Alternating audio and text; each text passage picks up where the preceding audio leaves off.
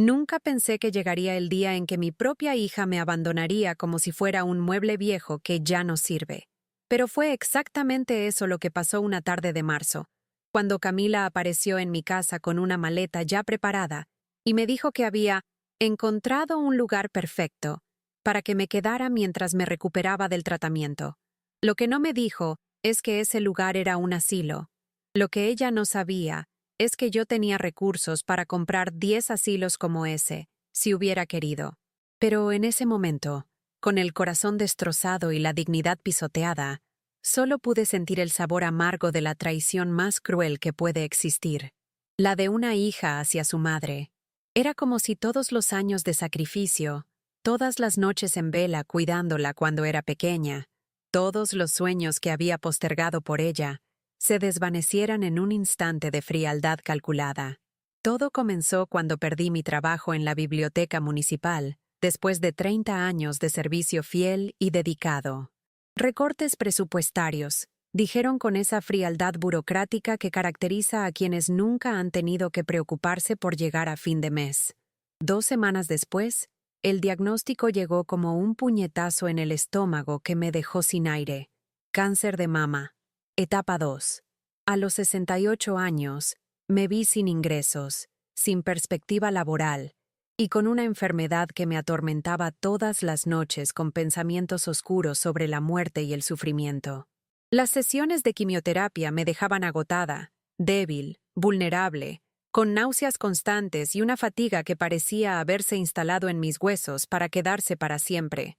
Fue entonces cuando Camila sugirió que fuera a vivir con ella temporalmente, con esa sonrisa forzada que ya debería haber reconocido como una señal de alarma.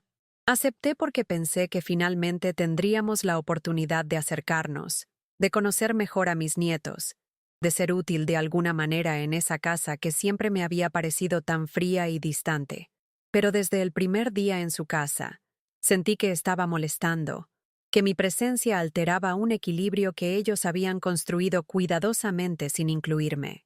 Rodrigo, mi yerno, apenas me saludaba cuando llegaba del trabajo, con esos ojos fríos que me recorrían de arriba abajo, como si estuviera calculando cuánto le iba a costar mantenerme, cuánto tiempo tendría que soportar mi presencia en su hogar perfecto.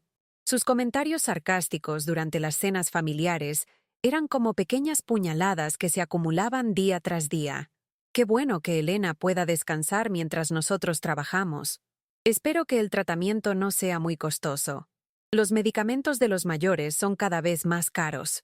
Camila vivía ocupada con su trabajo de corredora de bienes raíces, siempre al teléfono cerrando negocios, siempre corriendo de un lado para otro con esa energía frenética que parecía diseñada para evitar cualquier conversación profunda conmigo, siempre con prisa para estar en cualquier lugar menos cerca de mí. Sofía y Carlos, mis nietos de 13 y 10 años, eran los únicos que parecían genuinamente felices con mi presencia, los únicos que me hacían sentir que mi existencia tenía algún valor en esa casa. Durante las 3 semanas que viví allí, pude observar cómo funcionaba realmente esa familia que yo había idealizado durante años.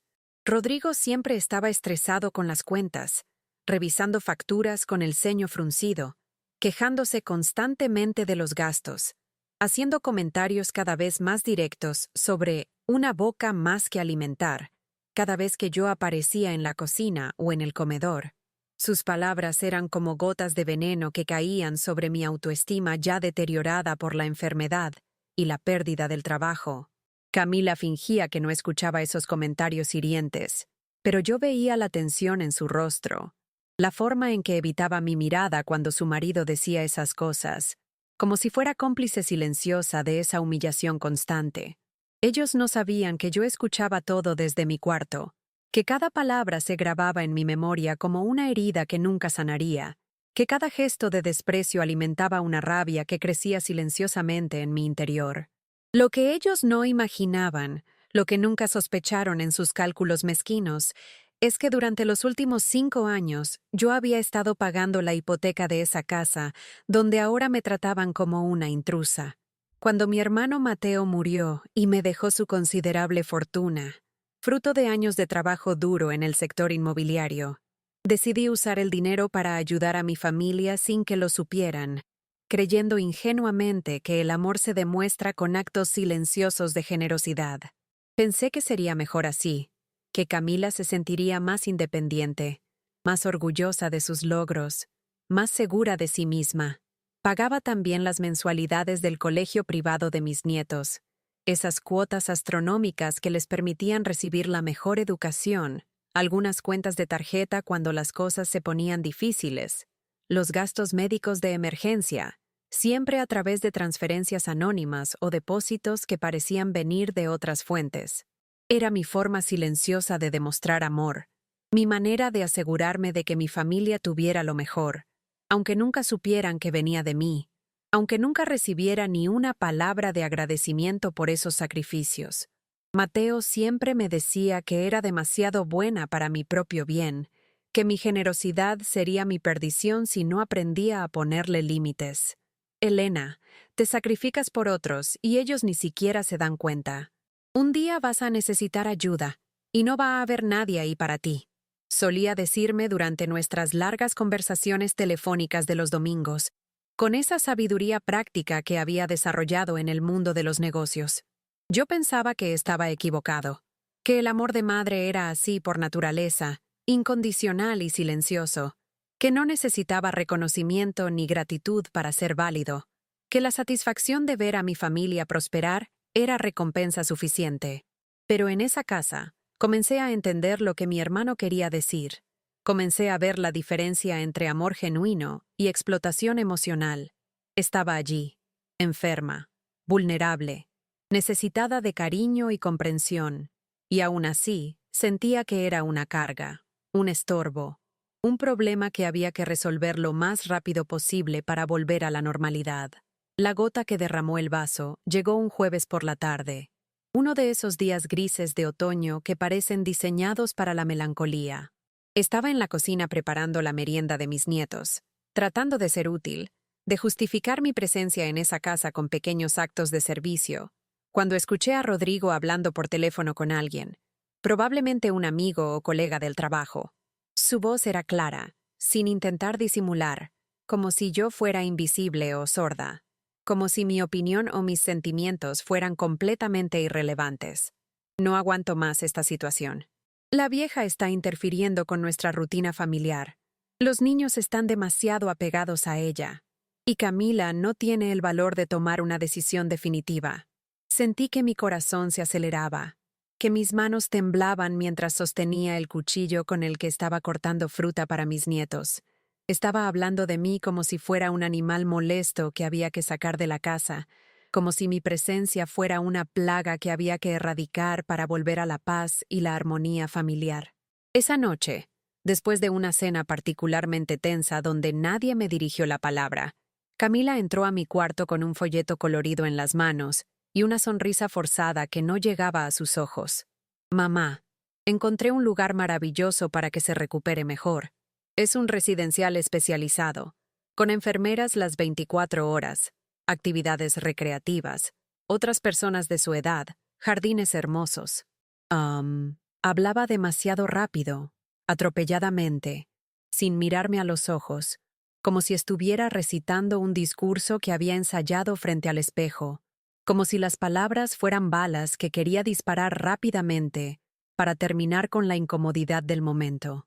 Yo sabía que era mentira. Sabía que detrás de esa fachada de preocupación maternal solo había el deseo egoísta de deshacerse de mí. Pero lo que más me dolió fue darme cuenta de que ya había tomado la decisión sin consultarme, que mi opinión no importaba, que mi voluntad era irrelevante en una decisión que afectaba directamente mi vida y mi futuro. ¿Por cuánto tiempo?, pregunté, aún tratando de aferrarme a la esperanza de que fuera algo temporal, de que realmente se preocupara por mi bienestar, y no solo por su comodidad. Solo hasta que organicemos las cosas, mamá. El tratamiento será mejor allá. Va a tener más cuidado, más atención especializada, gente capacitada que sepa cómo manejar su condición. Más mentiras envueltas en papel de regalo. Veía en su expresión nerviosa que no había plazo definido, que quería que desapareciera de su vida para siempre. que mi presencia era un obstáculo para la felicidad que ella creía merecer, para esa vida perfecta que había construido, y que mi enfermedad y mi necesidad amenazaban con alterar. Esa noche lloré en silencio, con la cara hundida en la almohada para que nadie escuchara mis sollozos, sintiendo por primera vez en mi vida el sabor amargo del abandono, la humillación de ser descartada por la persona que más amaba en el mundo, por la hija a quien había dedicado los mejores años de mi vida. Al día siguiente, muy temprano, Camila apareció en mi cuarto con la maleta completamente preparada, como si hubiera estado planeando este momento durante semanas. Había elegido mi ropa con una eficiencia que me resultó escalofriante, mis medicamentos organizados en pequeñas bolsas etiquetadas, mis pocos objetos personales empacados con el cuidado de quien quiere asegurarse de no olvidar nada para evitar futuras visitas. Va a gustarle, mamá. Es un lugar tranquilo, organizado, con gente muy agradable que va a entender por lo que está pasando. Sus palabras sonaban huecas, como si las hubiera copiado de un folleto publicitario. Sofía y Carlos estaban en el colegio, probablemente sin saber que esa sería la última mañana que despertarían con su abuela en la casa. Ni siquiera tuvieron la oportunidad de despedirse de mí. Rodrigo se quedó en su oficina, fingiendo trabajar en algo urgente, pero yo sabía que estaba aliviado, que finalmente se había librado del estorbo que yo representaba para su vida perfecta y ordenada. El residencial San Francisco era exactamente lo que imaginaba cuando pensaba en mis peores pesadillas sobre la vejez. Un lugar limpio y funcional, pero completamente sin alma, sin calidez humana, sin nada que lo distinguiera de un hospital o una prisión de lujo. Pasillos largos que olían permanentemente a desinfectante y tristeza. Habitaciones pequeñas con muebles baratos que parecían diseñados para personas que ya no tenían derecho a la comodidad o la belleza.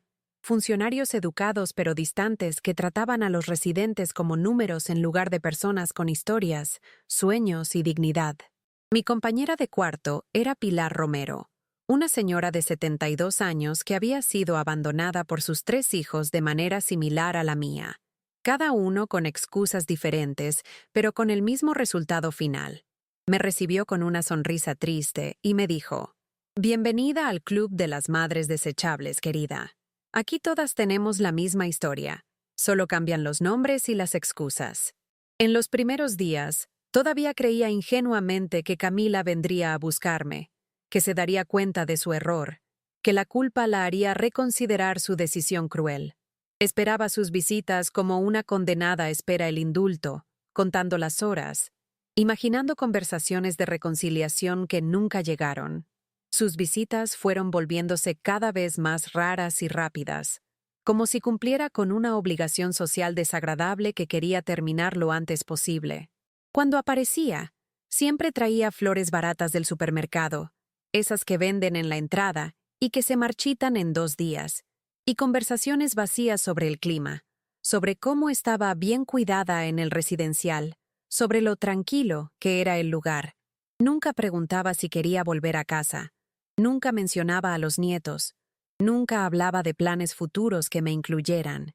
Era como si me hubiera convertido en una obligación social, una visita protocolar que hacía para poder decirse a sí misma que era una buena hija, para calmar esa voz interior que tal vez, en algún rincón de su conciencia, le susurraba que había cometido una traición imperdonable.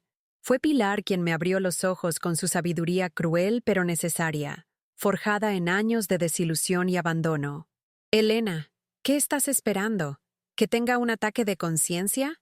¿Que se dé cuenta de cuánta falta le haces? Querida, si no lo ha entendido hasta ahora, nunca lo va a entender. Estas personas nos ven como muebles viejos que ya no combinan con la decoración». Sus palabras fueron como una bofetada que me despertó de un sueño ingenuo. Tenía razón. Me estaba comportando como una víctima patética, esperando que otros decidieran mi destino, mendigando migajas de afecto de quien me había traicionado de la manera más vil. Pero yo tenía recursos, tenía opciones, tenía poder para cambiar mi situación radicalmente. Era hora de usar ese poder, era hora de recuperar mi dignidad, era hora de demostrar que Elena Morales no era una mujer que se dejaba pisotear sin consecuencias. que detrás de esa fachada de madre abnegada había una mujer con carácter y determinación. Llamé a Álvaro Reyes, el abogado que había cuidado los negocios de mi hermano durante años y que siempre había sido un amigo leal y discreto, alguien en quien podía confiar completamente. Le expliqué mi situación con todos los detalles, sin omitir nada, sin endulzar la realidad, sin tratar de justificar las acciones de mi hija. Le pedí que investigara a fondo la situación financiera de Camila y Rodrigo, que descubriera exactamente en qué estado se encontraban sus finanzas. Lo que descubrimos me llenó de una furia fría y calculada, pero también me dio una claridad que nunca había tenido antes sobre la verdadera naturaleza de las personas que me habían abandonado. Estaban con 3 meses de atraso en la hipoteca. El banco ya había iniciado el proceso de ejecución, y Rodrigo había acumulado deudas de juego por más de 50.000 euros que yo ni siquiera imaginaba. La ironía era perfecta y dolorosa. Me habían abandonado justamente cuando más me necesitaban, sin saber que yo era su salvavidas financiero, la única razón por la cual habían podido mantener ese nivel de vida durante años. Elena, tienes todo el derecho del mundo de dejar de ayudar a quien no te valora, me dijo Álvaro con esa franqueza directa que siempre había apreciado en él. Tu hija te abandonó justamente cuando más la necesitabas, cuando estabas enferma y vulnerable. No hay obligación moral, legal o emocional que justifique que sigas sosteniendo económicamente a quien te trata como basura. Es hora de que aprendas a valorarte a ti misma, a poner tu bienestar por encima de la comodidad de otros. Sus palabras fueron como un despertar, como si hubiera estado dormida durante años en una pesadilla de abnegación y sacrificio, y finalmente, alguien me hubiera sacudido para mostrarme la realidad. Había pasado toda mi vida sacrificándome, pensando que era mi deber como madre, pero nunca me había detenido a pensar si merecía reciprocidad, si merecía respeto, si merecía amor verdadero en lugar de explotación emocional disfrazada de necesidad familiar. Esa misma semana, con una determinación que me sorprendió a mí misma, cancelé todos los pagos que había estado haciendo durante años. La hipoteca, las mensualidades del colegio privado, las tarjetas de crédito que cubría secretamente, los seguros médicos, todo. También revoqué el poder legal que le había dado a Camila años atrás, cuando pensé ingenuamente que sería práctico tener a alguien para ayudarme con cuestiones burocráticas en caso de emergencia. Sentí una libertad extraña y embriagadora, como si estuviera recuperando el control de mi propia vida, después de años de entregárselo a otros, como si finalmente estuviera tomando las riendas de mi destino, en lugar de dejar que otros decidieran por mí, como si me hubiera quitado unas cadenas invisibles que llevaba cargando durante décadas, sin darme cuenta de su peso. El primer signo de que las cosas habían cambiado llegó exactamente 2 semanas después, como un reloj suizo de justicia poética. Camila apareció en el asilo visiblemente nerviosa, con esa agitación que caracteriza a las personas que sienten que están perdiendo el control de una situación, hablando atropelladamente sobre problemas inexplicables en el banco, sobre cartas oficiales que estaban llegando a su casa, sobre no entender qué estaba pasando con sus finanzas que siempre habían sido tan estables. Mamá, ¿no tiene idea de dónde puede haber venido dinero extra durante todos estos años? ¿Alguna cuenta que se olvidó de contarme? ¿Alguna inversión de papá que no conocíamos? La miré directamente a los ojos, con una calma que me sorprendió, y le dije simplemente, no, hija, no tengo idea de qué puede ser. Ver la desesperación creciente en su rostro me dio una satisfacción amarga pero necesaria, como el sabor de una medicina que duele pero cura. Era la primera vez en años que me necesitaba de verdad, que venía a buscarme no por obligación social o culpa superficial, sino por necesidad desesperada y urgente. Mientras tanto, mi salud comenzó a mejorar de manera sorprendente y casi milagrosa. Los médicos del residencial se mostraron impresionados con mi recuperación, con cómo el cáncer estaba respondiendo al tratamiento mucho mejor de lo esperado, con cómo mis niveles de energía habían aumentado, con cómo mi estado de ánimo había mejorado dramáticamente. Pilar bromeaba diciendo que la raiva me había curado, que nada era mejor para la salud que dejar de ser el felpudo emocional de otros, que la indignación justificada era el mejor medicamento que existía. Tal vez tenía razón. Tal vez el estrés constante de vivir para complacer a otros, de sacrificarme constantemente sin recibir nada a cambio, de cargar con las responsabilidades emocionales y financieras de toda una familia, había estado enfermándome más que cualquier virus, bacteria o célula cancerosa. Fue entonces cuando Álvaro me trajo una propuesta que cambió todo el panorama de manera definitiva y espectacular. Elena, ¿qué te parece si compramos la casa de tu hija? El banco va a ejecutar la hipoteca de todas formas. Es inevitable. Y podemos hacer una oferta a través de una empresa anónima que he creado específicamente para este propósito. Así evitas que pierdan todo completamente. Proteges a tus nietos de la humillación pública de un desahucio. Pero al mismo tiempo, Camila y Rodrigo van a tener que mudarse y enfrentar las consecuencias de sus decisiones. La idea me pareció perfecta, poética incluso, como si el universo hubiera conspirado para darme la oportunidad perfecta de impartir justicia. Era una forma de proteger a mis nietos sin premiar el comportamiento cruel de sus padres. Una manera de demostrar que las acciones tienen consecuencias, que la traición y el abandono no quedan impunes, que la vida tiene formas misteriosas de cobrar las deudas morales. La operación se realizó de manera completamente legal, discreta y profesional. Creamos una empresa de inversiones inmobiliarias con un nombre genérico que no podía rastrearse hasta mí, y esa empresa hizo una oferta al banco que era imposible de rechazar, saldando completamente la deuda y asumiendo la propiedad del inmueble. Camila y Rodrigo recibieron un aviso oficial y formal de que tenían exactamente 60 días para desocupar el inmueble, sin posibilidad de apelación o negociación. Cuando Camila me llamó, con la voz quebrada por la desesperación, contándome sobre la injusticia que estaban sufriendo, sobre cómo una empresa misteriosa les había robado su casa, sobre cómo el sistema estaba diseñado para abusar de las familias trabajadoras, yo solo le dije que lamentaba mucho la situación, pero que no podía ayudar porque no tenía recursos para resolver problemas de esa magnitud. La ironía era deliciosa y perfecta. La casa que yo había estado pagando durante años, la casa donde me habían humillado y abandonado, ahora era oficialmente mía, y ellos tenían que irse sin saber que su víctima se había convertido en su verdugo.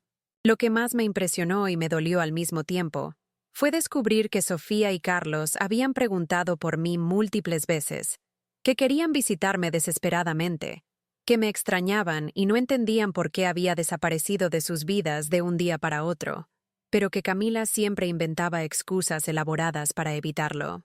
Ella nos dijo que la abuela estaba muy enferma para recibir visitas, que los médicos habían prohibido las visitas familiares, que era mejor dejarla descansar. Me contó Sofía cuando finalmente logró llamarme a escondidas desde el teléfono de una amiga del colegio, con esa voz temblorosa de quien está haciendo algo prohibido, pero necesario. Escuchar eso me partió el corazón en pedazos, pero también me dio aún más certeza de que estaba haciendo lo correcto. Mi propia hija había estado usando mi enfermedad como excusa para alejar a mis nietos de mí, privándolos de mi amor y privándome del suyo, construyendo un muro de mentiras entre nosotros para facilitar su plan de abandono. Decidí entonces hacer algo que siempre había soñado, pero nunca había tenido el valor o la oportunidad de intentar. Con una parte significativa de la herencia de Mateo, compré una casa grande y hermosa en el centro de la ciudad, cerca de donde solía trabajar en la biblioteca municipal, un lugar lleno de recuerdos felices y posibilidades infinitas. Era una construcción antigua, pero bien conservada, con jardín amplio y espacios luminosos, techos altos y ventanas grandes que dejaban entrar la luz natural, perfecta para el proyecto ambicioso que estaba naciendo en mi cabeza como una semilla de esperanza y renovación. Invité a Pilar a vivir conmigo, y ella aceptó inmediatamente, emocionada hasta las lágrimas por la posibilidad de salir del asilo y comenzar una nueva etapa de su vida, de recuperar su dignidad y su propósito después de años de sentirse invisible y descartada. La idea de la biblioteca comunitaria surgió en una conversación emocionante con Sofía, durante una de esas tardes que quedarían grabadas en mi memoria para siempre. Ella había conseguido mi nueva dirección a través de métodos que prefirió no revelar y apareció en mi casa una tarde lluviosa, llorando desconsoladamente, diciendo que me extrañaba con una intensidad que le dolía físicamente, que no entendía por qué había desaparecido de sus vidas, que sentía que había perdido a la persona más importante de su mundo. Le expliqué con cuidado que no había desaparecido por voluntad propia, que había sido alejada contra mi voluntad, pero que ahora estaba construyendo una vida nueva, una vida en la que tenía control total sobre quién entraba y quién salía, sobre quién merecía mi tiempo y mi amor. Abuela, siempre dijiste que los libros salvan a las personas, que son la mejor medicina para el alma.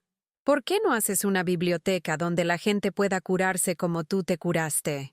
Su sugerencia fue como una revelación divina, como si todas las piezas de un rompecabezas complejo hubieran encajado de repente para formar una imagen perfecta y clara. Decidí transformar la casa en la Biblioteca Mateo Morales, un homenaje eterno a mi hermano y un espacio sagrado donde personas como yo, que se habían sentido descartadas y abandonadas por sus familias, pudieran encontrar acogida, propósito y una segunda oportunidad de ser valoradas. Álvaro me ayudó con toda la parte legal, los permisos municipales, las licencias necesarias, los trámites burocráticos, y en 6 meses de trabajo intenso teníamos un espacio absolutamente hermoso, funcional y lleno de vida.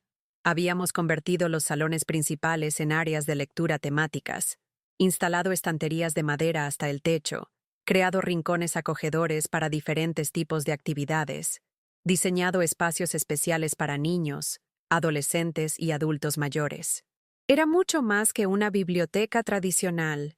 Era un refugio para almas heridas, un hogar para corazones rotos, un templo dedicado al poder sanador de las palabras y las historias. Camila tardó meses en aparecer, y cuando finalmente lo hizo, estaba visiblemente transformada por las circunstancias adversas que había tenido que enfrentar. Más delgada, con ojeras profundas que hablaban de noches sin dormir, claramente afectada por los cambios drásticos que había tenido que asumir en su vida. Se habían mudado a un apartamento pequeño y modesto en las afueras de la ciudad. Rodrigo había perdido su trabajo debido a sus problemas de adicción al juego y había desaparecido de sus vidas sin dejar rastro. Y ella estaba trabajando el doble para mantener las cuentas al día y darles a sus hijos al menos una apariencia de estabilidad.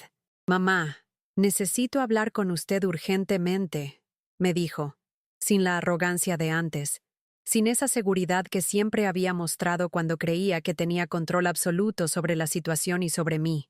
Conversamos en la biblioteca, rodeadas por miles de libros que representaban mi nueva vida y mi renacimiento personal, en un ambiente que irradiaba paz y sabiduría. Camila pidió disculpas con lágrimas genuinas. Lloró como no la había visto llorar desde que era niña. Dijo que había entendido demasiado tarde lo importante que yo era, lo mucho que había errado, lo ciega que había estado a mi valor y mi amor incondicional. Pero yo ya no estaba interesada en lágrimas fáciles o promesas vacías que se evaporarían con el primer problema. Hija, me abandonaste cuando más te necesité, cuando estaba enferma y vulnerable. Ahora construí una vida nueva, y si quieres ser parte de ella, va a tener que ser completamente en mis términos, con mis reglas, respetando mis límites. Establecí condiciones claras e innegociables. Podía visitarme, traer a los nietos, participar en las actividades de la biblioteca, pero yo no volvería jamás a ser la madre que se sacrifica en silencio, que resuelve problemas ajenos sin reconocimiento, que acepta ser tratada como una carga o un estorbo. Sofía y Carlos se convirtieron en visitantes asiduos y entusiastas de la biblioteca, convirtiéndose en mis mejores embajadores y colaboradores. Ayudaban con las actividades diarias, organizaban eventos especiales, traían a sus amigos del colegio, participaban en los talleres, se encargaban de las redes sociales de la biblioteca con esa naturalidad que tienen los jóvenes para la tecnología. Ver a mis nietos genuinamente orgullosos de mí, hablándole a todo el mundo sobre la abuela que creó la biblioteca más genial de la ciudad, contando mi historia como si fuera la de una heroína, Me dio una satisfacción profunda que nunca había sentido antes. Finalmente era reconocida, valorada, respetada por lo que realmente era. Una mujer fuerte, inteligente y capaz. No solo una madre sacrificada y silenciosa que existía únicamente para servir a otros. Pilar se convirtió en mi socia perfecta en todo. Ella se encargaba de la parte administrativa de la biblioteca, manejaba las finanzas, coordinaba con los proveedores, mientras yo me dedicaba completamente a los programas educativos y culturales. Juntas creamos grupos de lectura para adultos mayores que se reunían semanalmente, talleres de escritura creativa donde la gente compartía sus historias más íntimas, sesiones de cuentacuentos para niños que se volvieron legendarias en el barrio, programas de alfabetización para adultos que nunca habían tenido la oportunidad de aprender a leer correctamente. La biblioteca se convirtió rápidamente en un punto de encuentro vital de la comunidad, un lugar donde personas de todas las edades, clases sociales y trasfondos se sentían bienvenidas, valoradas, importantes. Era exactamente lo que siempre había soñado. Un espacio donde los libros no solo se leían, sino que transformaban vidas, sanaban heridas, construían puentes entre las personas. Rodrigo nunca más apareció en nuestras vidas, y francamente, nadie lo extrañó. Supe por comentarios casuales de Sofía que él y Camila se habían separado definitivamente, que él no había podido lidiar con el cambio drástico de nivel de vida, con la pérdida de estatus social, con tener que enfrentar las consecuencias reales de sus decisiones irresponsables y su adicción destructiva. Camila estaba criando a los niños completamente sola, trabajando incansablemente en múltiples empleos, pero también aprendiendo gradualmente a valorar cosas que antes daba por sentadas, como el tiempo en familia, la importancia de las relaciones auténticas, el valor de la honestidad y la gratitud. Mamá dice que solo ahora entiende realmente lo que usted hacía por nosotros, todo lo que sacrificó sin que lo supiéramos. Me contó Carlos durante una de nuestras tardes de lectura compartida. Esas palabras me dieron una satisfacción agridulce. Había necesitado perderme completamente para finalmente valorarme. La reconciliación con Camila fue un proceso lento, gradual y lleno de silencios incómodos que hablaban más que las palabras. Ella venía a la biblioteca regularmente, participaba en las actividades cuando se lo permitía su horario de trabajo, me ayudaba con tareas específicas cuando yo se lo solicitaba explícitamente, pero siempre respetando escrupulosamente los límites que yo establecía, siempre pidiendo permiso antes de asumir cualquier cosa.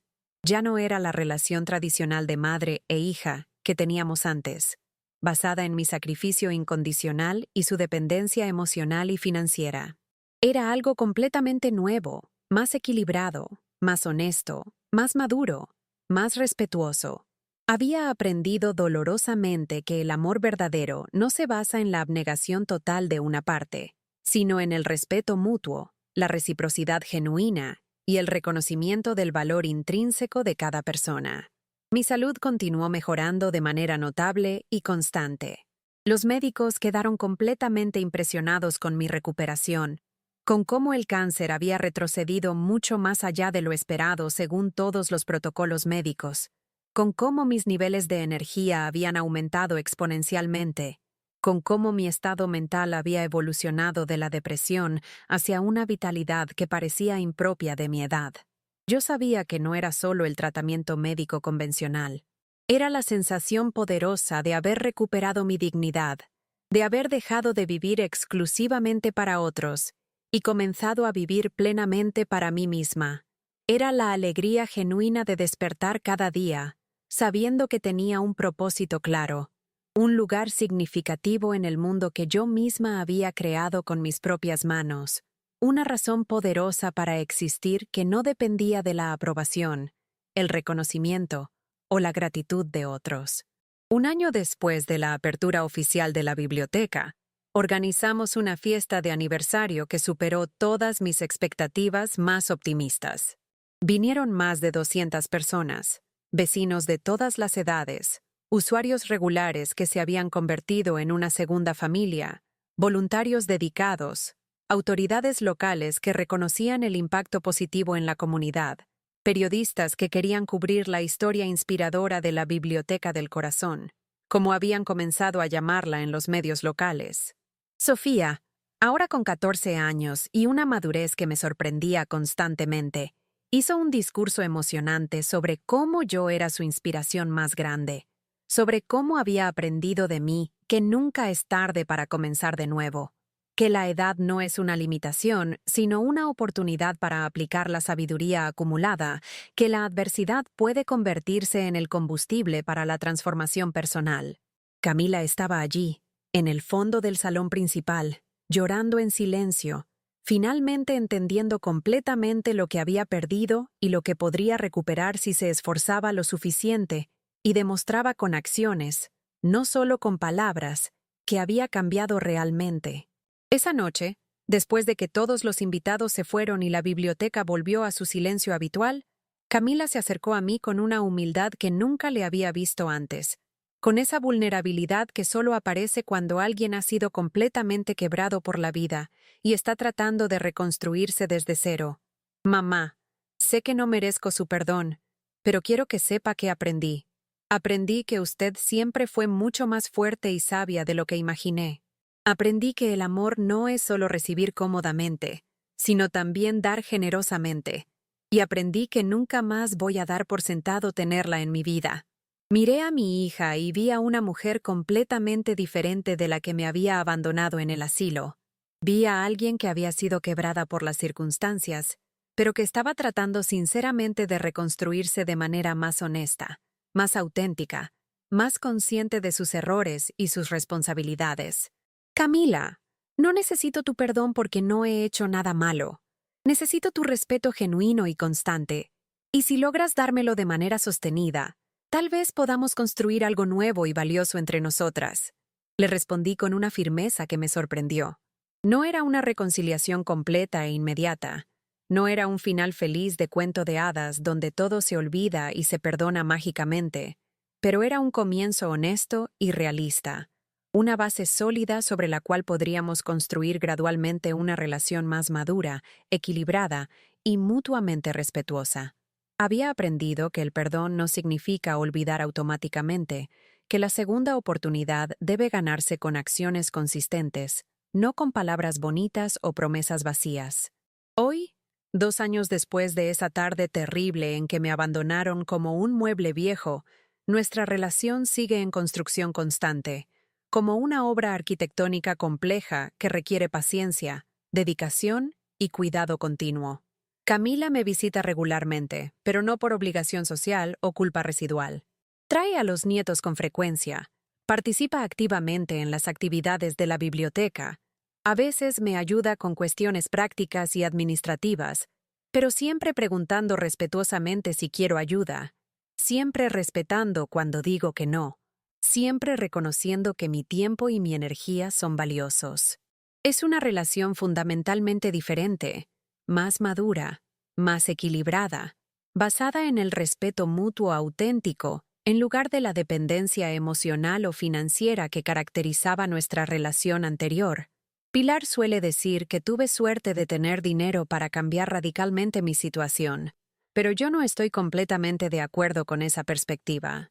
El dinero fue importante, sí, fue la herramienta que me permitió ejecutar mi plan, pero lo que realmente cambió todo fue la decisión fundamental de que merecía dignidad. Fue dejar de aceptar migajas de afecto y exigir ser tratada como una persona completa, con deseos legítimos, necesidades válidas y derechos inalienables. Fue entender profundamente que cuidar de mí misma no es egoísmo, sino justicia, que valorarme no es vanidad, sino supervivencia emocional, que poner límites no es crueldad, sino autorrespeto. La Biblioteca Mateo Morales se convirtió en mi mayor realización personal, no solo por la estructura física impresionante, por los miles de libros cuidadosamente seleccionados, por los programas innovadores que ofrecemos, sino por lo que representa simbólicamente, la prueba viviente de que nunca es tarde para comenzar de nuevo, de que podemos transformar nuestro dolor más profundo en propósito significativo, nuestra humillación más cruel en dignidad recuperada, nuestro abandono más doloroso en Libertad auténtica.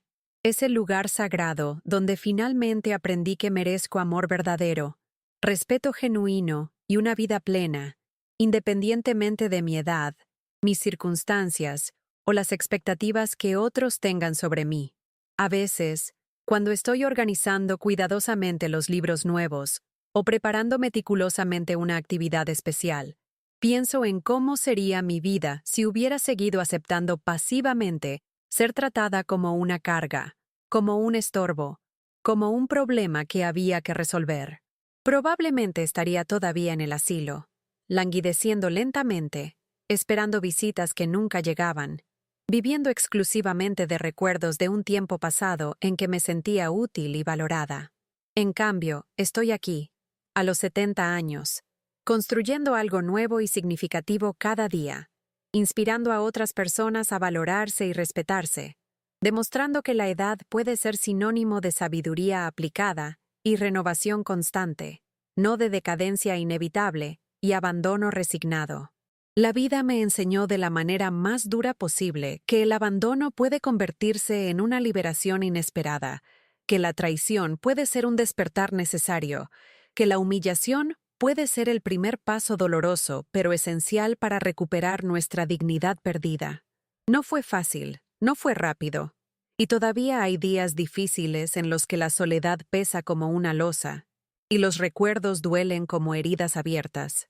Pero por primera vez en mi vida, siento que estoy viviendo auténticamente para mí, que mis decisiones son realmente mías, que mi valor como persona no depende de cuánto me sacrifique por otros, sino de cuánto me respete y me valore a mí misma, de cuánto contribuya a hacer del mundo un lugar mejor desde mi propia plenitud y fortaleza.